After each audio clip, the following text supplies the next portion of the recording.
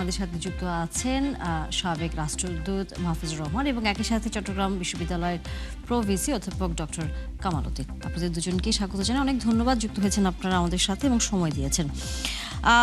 মাহফুজুর রহমান, আপনার কাছেই আসতে চাই। প্রথমত বৈঠক চলছে এখনো, আপনার দৃষ্টিতে বৈঠকটি আসলে কতটা ফলপ্রসূ হবে বা কী ধরনের ফলাফল আসতে পারে বলে আপনার কাছে মনে হয়? আমরা সবাই বৈঠকটাকে স্বাগত জানাই। প্রথম কথা হলো যে দুটো পক্ষই বৈঠকে বসতে সম্মত হয়েছেন, এটা আমি মনে করি অবশ্যই একটা সাফল্য এবং একই সঙ্গে আমাদেরকে আশাবাদী হওয়ার জন্য কিছুটা খোরাক দিচ্ছে। এখন ফলাফল কি হবে না হবে তা কেউই অনুমান করতে পারে না। যেটা আপনারাও বলছিলেন যে যুক্তরাষ্ট্রের এর আগেও ওয়াদা ভঙ্গ করার নজির রয়েছে। আবার এখানে যদি ইরান পক্ষ হিসেবে যদি আপনার খুব বেশি আনকম্প্রোমাইজিং থাকে, তাহলে হয়তো বা বৈঠকের অগ্রগতি খুব একটা নাও হতে পারে, এরকম শঙ্কা তো আছে। কিন্তু যেহেতু বিশ্ব জনমতের একটা চাপ আছে এবং একই সঙ্গে আমরা সবাই কম বেশি আশা করছি যে উভয় পক্ষ কিছুটা সদিচ্ছা দেখাবে, সেই সদিচ্ছা দেখালে মাঝামাঝি কোনো জায়গায় হয়তোবা এই ইসলামাবাদ বৈঠকটা সফল বৈঠক হিসেবে পরিগণিত হতে পারে। একই সাথে আমরা জানি যে বৈঠকটি সফল করবার ক্ষেত্রে ইরানের পক্ষ থেকে বেশ কিছু শর্তও আসলে ছিল এর আগে, যে যুদ্ধবিরতি হলে বা সামনে যদি যুদ্ধ আর না হয় তাহলে তার বিশ্ববাসীর কাছে অথবা মার্কিন যুক্তরাষ্ট্রের কাছে কি কি দাবি সেগুলো পূরণ করার এক ধরনের নিশ্চয়তা সে চায়। সেগুলো আপনি কিভাবে দেখছেন, যে সেগুলো কি আদৌ বাস্তবায়ন করবে মার্কিন যুক্তরাষ্ট্র? আপনার কাছে মনে হয় যে পরমাণু শক্তি অথবা যদি আমরা বলি যে হামলা আবার না হবে, এবং সর্বশেষের যে বিষয়টা আছে যে হরমুজ প্রণালী দিয়ে যে জাহাজগুলো যাবে যুদ্ধের ক্ষতিপূরণ হিসেবে, সেখানে হচ্ছে ট্যাক্স নেবে তারা এক ধরনের, সেই কথাও বলেছে। এখন ধরেন ইরানের তো 10 দফা দাবি আছে। এখন এইটা আশা করা ঠিক হবে না যে 10 দফার প্রতিটা দফাই যুক্তরাষ্ট্র মেনে নেবে, কিন্তু যুক্তরাষ্ট্র একটা জিনিস ইঙ্গিত দিয়েছে যে এই 10 দফা আলোচনার ভিত্তি হতে পারে। তো সেটাই আমি মনে করি ইরানের জন্য তো একদিক থেকে সাফল্য। এখন দ্বিতীয় কথা হলো যে এই 10 দফার কোনটা কতটুকু আদায় করা যায়, এবং হয়তো দেখা যাবে যে এই 10 দফার মধ্যে কোনো একটা দফাতে যুক্তরাষ্ট্রের তরফ থেকে হয়তো বা শৈথিল্য প্রদর্শন করা হবে, কিন্তু ইরানের দিক থেকে হয়তো বা রিজিডিটি শো করতে পারে। সুতরাং এটা আলাপ আলোচনা যখন চলতে থাকবে তখনই কেবল বোঝা যাবে। অবশ্যই আমাদের সাথে আরেকজন অতিথি আছেন, অধ্যাপক ডক্টর কামাল উদ্দিন, আপনার কাছেও আসতে চাই। আমরা বলছিলাম যে এই আলোচনার মাধ্যমে হয়তো ভালো, কারণ আমরা বিশ্ববাসী সবাই তাকিয়ে আছি আলোচনা সফল হবে, আলোচনা থেকে হয়তো যুদ্ধ না হবার মতো সিদ্ধান্ত আসতে পারে, সবার স্বাভাবিকভাবে এই চিন্তা থাকে। আপনার দৃষ্টিতে কি মনে হয়, যদি এই আলোচনা ফলপ্রসূ না হয় তাহলে সামনের দিনগুলো আসলে কি হতে যাচ্ছে? ধন্যবাদ। আসলে ইরান এবং মার্কিন যুক্তরাষ্ট্র এবং ইসরায়েল সহ একটা ট্রায়াঙ্গুলার যে যুদ্ধ চলছে, এই যুদ্ধ বিরতি এবং আলোচনাই হচ্ছে এক ধরনের সফলতা। কারণ একটা যুদ্ধ অবস্থা থেকে আমরা একটা ডিপ্লোম্যাটিক অবস্থায় আমরা ফেরত আসলাম। কারণ এই যে আলোচনার টেবিলে অনেক কিছু সমাধান হয়। আপনারা যদি দেখেন ইরান বিপ্লবের পরে এই প্রথম মার্কিন যুক্তরাষ্ট্রের প্রতিনিধি এবং ইরানের প্রতিনিধির কোনো প্রথম বৈঠক। এখানে যে মার্কিন যুক্তরাষ্ট্রের 15 দফা, ইরানের 10টি শর্ত, এই সবগুলো নিয়ে কিন্তু কেউ নাকচ করে নাই, এগুলো আলোচনার মধ্যে আসবে। এখন প্রশ্ন হচ্ছে যে এটি যদি সফল না হয় তাহলে কি হবে? কারণ আমরা এই প্রত্যাশাও করতে চাই না যে এটি সফল হবে না, কারণ এটি যদি সফল না হয় তাহলে থেমে থেমে থেমে থেমে একটা লম্বা সময় যুদ্ধ চলবে এবং যুদ্ধের এই পরিস্থিতিতে এই যুদ্ধ থেকে কেউ বেনিফিট পাবে না। কারণ মার্কিন যুক্তরাষ্ট্র চিন্তা করেছিল যে এই যুদ্ধ দিয়ে কিন্তু তারা একটা প্রাথমিক জয়লাভ করবে, কিন্তু দেখা যাচ্ছে যে এই যুদ্ধের কিন্তু কোনো যে খুব সুখকর সফলতা নেই। কারণ হচ্ছে এই মার্কিন যুক্তরাষ্ট্র যুদ্ধটাকে যেভাবে দেখছে, ইরানের পার্সপেক্টিভে যুদ্ধটা কিন্তু ভিন্ন রকম। কারণ এই যুদ্ধটা যতটুকু না ওয়ার সিচুয়েশন আছে, তার থেকে বেশি স্ট্র্যাটেজিক পয়েন্টে এই যুদ্ধটাকে একটা প্রলং করা বা ইরানকে যুদ্ধ করার একটা ক্যাপাসিটি তৈরি করার জন্য দিকে নিয়ে গেছে, সেই বিষয়গুলো কিন্তু মার্কিন যুক্তরাষ্ট্র নিজেই জানে। সেই জন্য এই যুদ্ধে মার্কিন যুক্তরাষ্ট্র যে এঙ্গেজমেন্ট করতে চেয়েছিল, যে তার মিত্রদেরকে এঙ্গেজ করে যুদ্ধটাকে প্রলং করা এবং ফলাফল নিয়ে আসা, সেটি কিন্তু সফল হয়নি। আর অন্যদিকে ইরান যে তার যে ক্যাপাসিটি, সেই ক্যাপাসিটি মোটামুটি তার স্ট্র্যাটেজিক পয়েন্টে হরমুজ প্রণালী এবং ড্রোন হামলা সবকিছু মিলে কিন্তু তারা যুদ্ধের ফিল্ডে তারা এটাকে একটা লম্বা সময় এগিয়ে নিয়ে যায়। যার কারণে আমরা যদি দেখি মার্কিন যুক্তরাষ্ট্রের একটা অর্থনৈতিক চাপ, মধ্যবর্তী নির্বাচনের চাপ এবং যে হরমুজ প্রণালীতে যে ইরানের যে সার্বভৌমত্ব তারা তৈরি করার চেষ্টা করছে, সেই চাপ সবকিছু মিলে আমরা আশা করছি যে মার্কিন যুক্তরাষ্ট্র এই ধরনের যুদ্ধের দিকে যাবে না। কারণ অলরেডি তারা 18 বিলিয়ন তাদের খরচ হয়ে গেছে এবং ইরানকে প্রতিহত করার জন্য ইরানের যে পরিমাণ খরচ হচ্ছে তার থেকে মার্কিন যুক্তরাষ্ট্রের খরচের পরিমাণ হচ্ছে অনেক ধরনের বেশি। এবং অন্যদিকে যে মার্কিন যুক্তরাষ্ট্রের যে ইমেজ, ওয়ার্ল্ড ওয়াইড যে ইমেজ, সেই ইমেজ সংকটের দিকেও কিন্তু যাচ্ছে। তো সেই জন্য আমরা আশা করছি যে এই যে আলোচনা, এই আলোচনা মোটামুটি সফলতার দিকে যাবে এবং এটা তো আমরা আসলে আশা করতে পারি। কিন্তু আপনি একটা কথা বলেছেন যে হরমুজ প্রণালীর একটা প্রসঙ্গ আপনি টেনেছেন। কিছুক্ষণ আগে আসলে আমরা বিভিন্ন গণমাধ্যমগুলো দেখছিলাম, বিবিসি বাংলা এর মধ্যে বলছিল যখন এই আলোচনা চলছে তখন এরই মধ্যে হরমুজ প্রণালীর দিকে মার্কিন একটি জাহাজ সেটি হরমুজ প্রণালীর দিকে এগিয়ে আসছে। এটা নিয়ে একটি বিভ্রান্তকর তথ্য বিভিন্ন গণমাধ্যম বলছে যে প্রথমে বলা হচ্ছে না এটি মার্কিন জাহাজ না, কিছু কিছু আবার বলছে যে না এটি মার্কিন জাহাজ, সেটা সিঙ্গাপুরের দিকে যাচ্ছে, এরকম নানা রকম তথ্য। তবে একটা জায়গায় সবাই আটকে আছে যে হ্যাঁ একটি মার্কিন জাহাজকে দেখা গেছে হরমুজ প্রণালীর দিকে এগিয়ে আসতে। এখন কিছুক্ষণ আগে আপনিও বলছিলেন যে মার্কিন যুক্তরাষ্ট্রকে আসলে বিশ্বাস করার জায়গাটা একেবারেই কম, কারণ এর আগে অনেকবার তারা হচ্ছে তাদের যেই যুদ্ধবিরতি হোক তারা সেটি ভঙ্গ করেছে নানাভাবে, হয় মার্কিন যুক্তরাষ্ট্র নিজে অথবা ইসরায়েল। সেই জায়গা থেকে যুদ্ধবিরতি চললেও কতটুকু আসলে এই যুদ্ধবিরতি তারা মেনে চলছে বলে আপনার দৃষ্টিতে মনে হয়? হ্যাঁ, আপনি ঠিকই বলেছেন যে আসলে মার্কিন যুক্তরাষ্ট্রকে বিশেষ করে ইরানের ক্ষেত্রে একটা অবিশ্বাসের জায়গা দীর্ঘদিন থেকে তৈরি হয়ে এসেছে।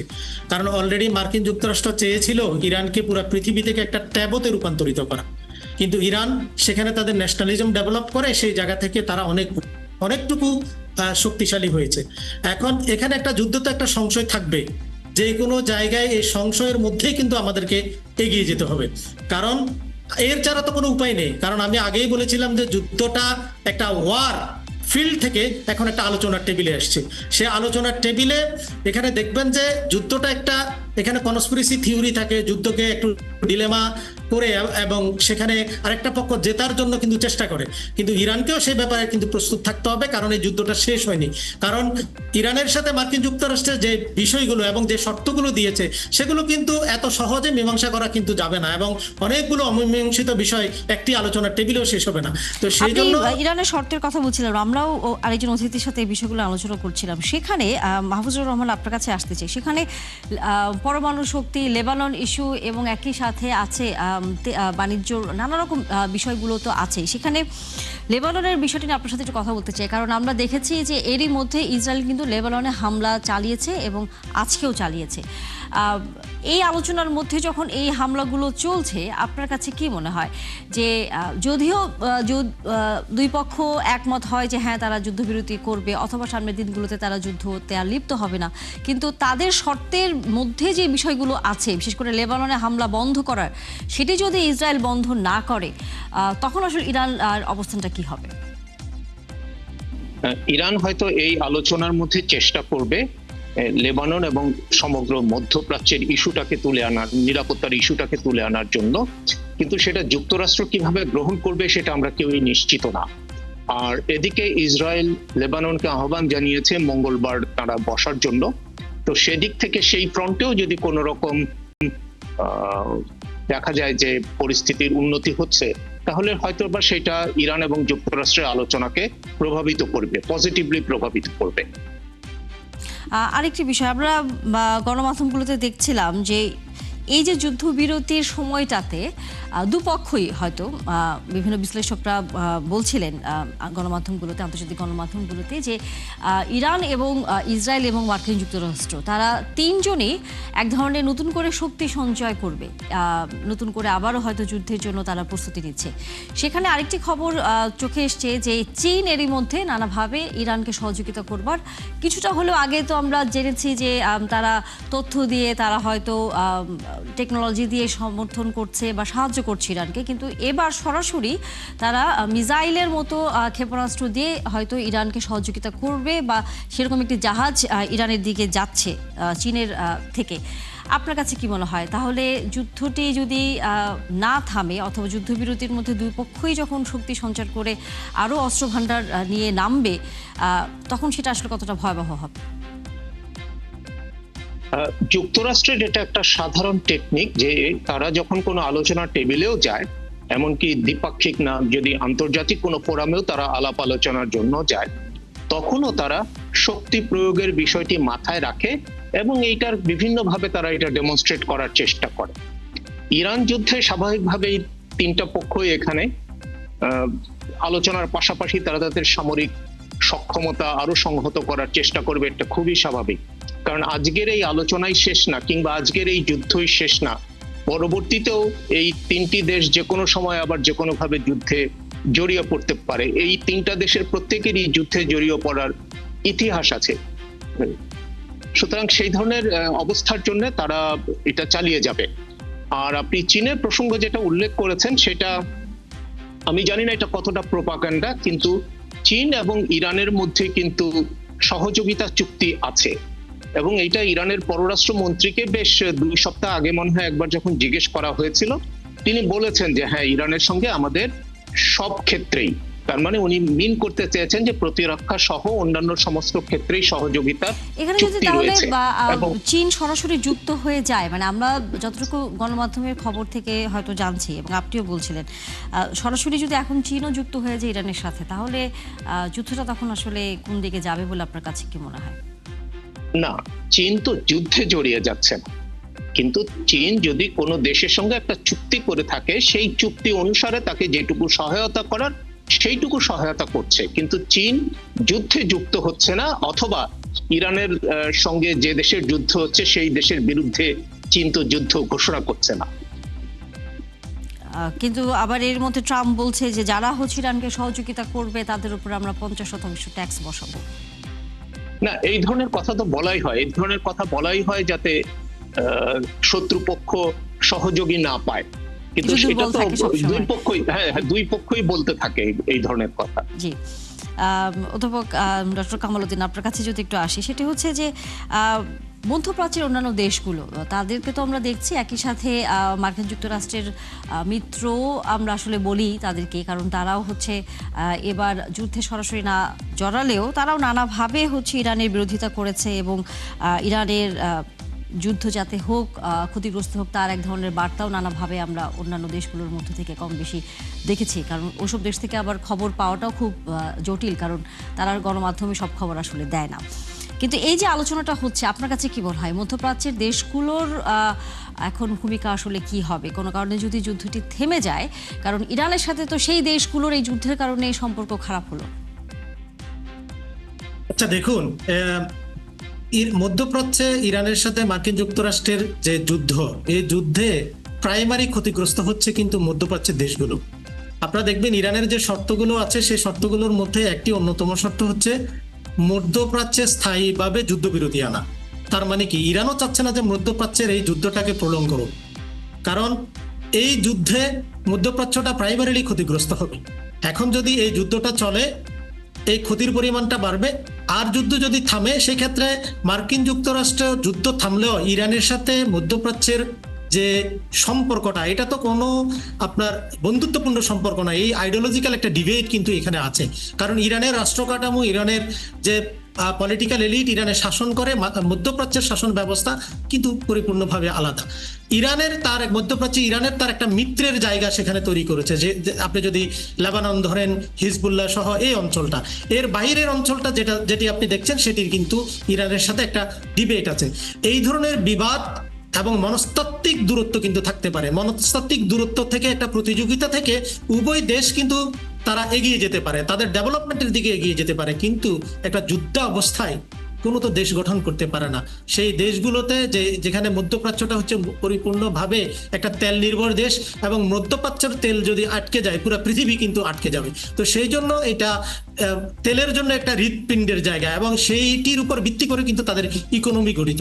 তো সেই জন্য এইখানে আমরা যদি দেখি মধ্যপ্রাচ্যে এই যুদ্ধ যদি চলে তাহলে মধ্যপ্রাচ্যের প্রত্যেকটি দেশে ক্ষতিগ্রস্ত হবে, এবং প্রাইমারিলি ক্ষতিগ্রস্ত পুরো পৃথিবী হবে, প্রাইমারিলি ক্ষতিগ্রস্ত হবে। আর যুদ্ধ যদি থামে সেখানে তাদের মধ্যে সম্পর্কের দূরত্ব রেখেও প্রত্যেকটি দেশ আগের মতো এগিয়ে যেতে পারে। সেই সম্পর্ক কি আগের মতো আসলে হবে আপনার কাছে কি মনে হয়?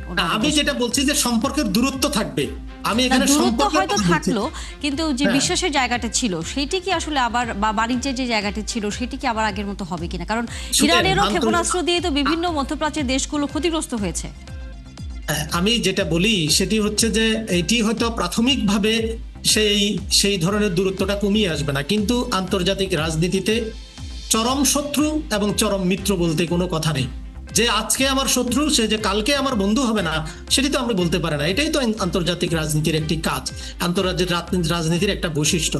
তো সেই জন্য আমরা যদি দেখি যে এই যুদ্ধ থেকেও তো একটা শিক্ষা আসতে পারে প্রত্যেকটি দেশের, সে শিক্ষা নিয়ে সামনের দিকে এগিয়ে যেতে পারে।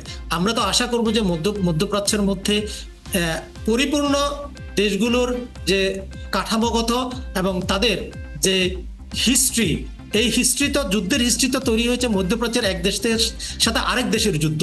সেই যুদ্ধের হিস্ট্রি থেকে নিজেদের যুদ্ধ বাদ দিয়ে এখন এক্সটার্নাল যুদ্ধে তারা জড়িয়ে পড়ছে। তো সেই জন্য আমি মনে করি যে সে দূরত্বগুলো লম্বা সময় লাগবে, সেজন্য অনেক কিছু নির্ভর করে, খালি যুদ্ধ সেখানে না।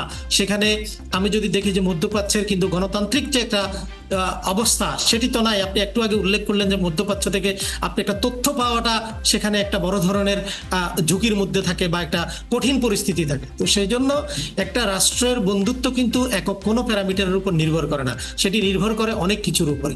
তো সেই বিষয়গুলো আসলে কতটুকু হবে, কতটুকু বন্ধুত্বপূর্ণ আচরণ হবে, সেটি কিন্তু সময়ই বলে দিবে। এই মুহূর্তে আমরা সেই সময়ের দিকে আসলে তাকিয়ে আছি, কারণ এই যুদ্ধ বন্ধ হোক সেটা আমরা সবাই চাই, কারণ বন্ধ হলে পরে আমাদের দেশেও যে সংকটটি তৈরি হচ্ছে যুদ্ধের ফলে সেটিও হয়তো কেটে যাবে। ধন্যবাদ আপনাদের দুজনকে আমাদের সাথে যুক্ত হয়েছিলেন, আবারও নিশ্চয়ই কথা হবে। দর্শক, এই ছিল আজকের সংবাদ যোগে। আগামীকাল ঠিক রাত 10টায় আবারও দেখা হবে নতুন কোনো বিষয় ও তার বিশ্লেষণ নিয়ে। থাকবেন ৭১-এর সাথে।